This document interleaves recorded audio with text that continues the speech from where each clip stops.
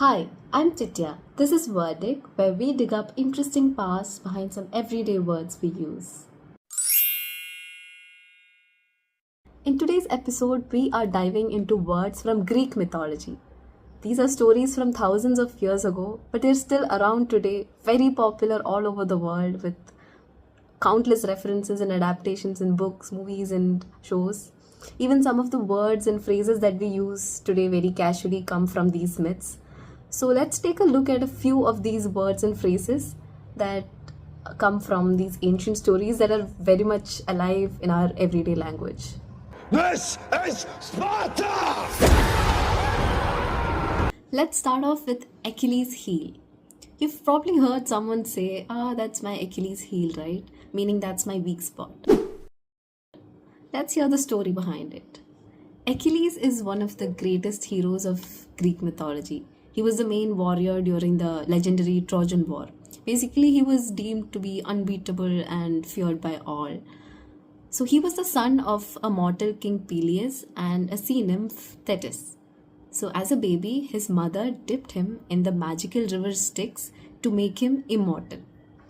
But his mother was holding him by his heel, leaving just that tiny spot vulnerable. So fast forward to the war, you might have guessed it right. He was struck right there at that spot and he dies. So an Achilles heel is that one weak spot in someone or something that seems unstoppable or inevitable. Well, thank you very much. And I'm sorry if I'm raising my voice now, but you know that's her Achilles heel emotionally. Now, losing Achilles was a huge blow for the Greeks. So even after 10 years of siege, nothing was working and they still had to conquer Troy, but they couldn't break into the walls. So that's when they got clever and came up with the Trojan horse. So the Greeks faked a retreat and left behind a massive wooden horse. The Trojans thought that it was a victory gift and dragged it inside.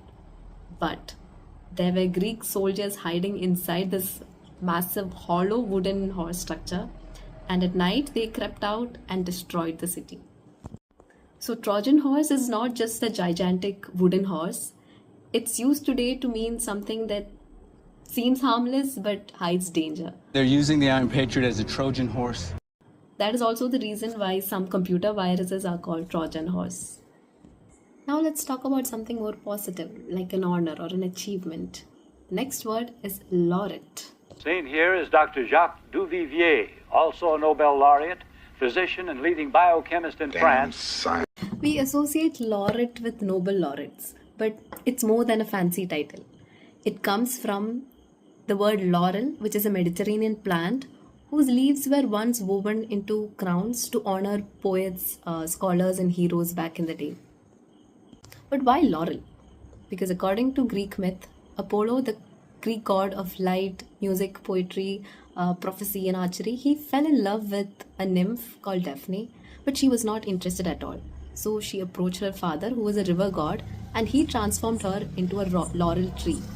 Now, Apollo, heartbroken but wanting to cherish her forever, he declared the laurel tree sacred. And from then on, victors of poetry, music, athletics were crowned with laurel leaves to honor them. Now, there are many more words and phrases from Greek mythology like Midas touch or Herculean task, but we'll have it for another day. Hope you enjoyed today's video.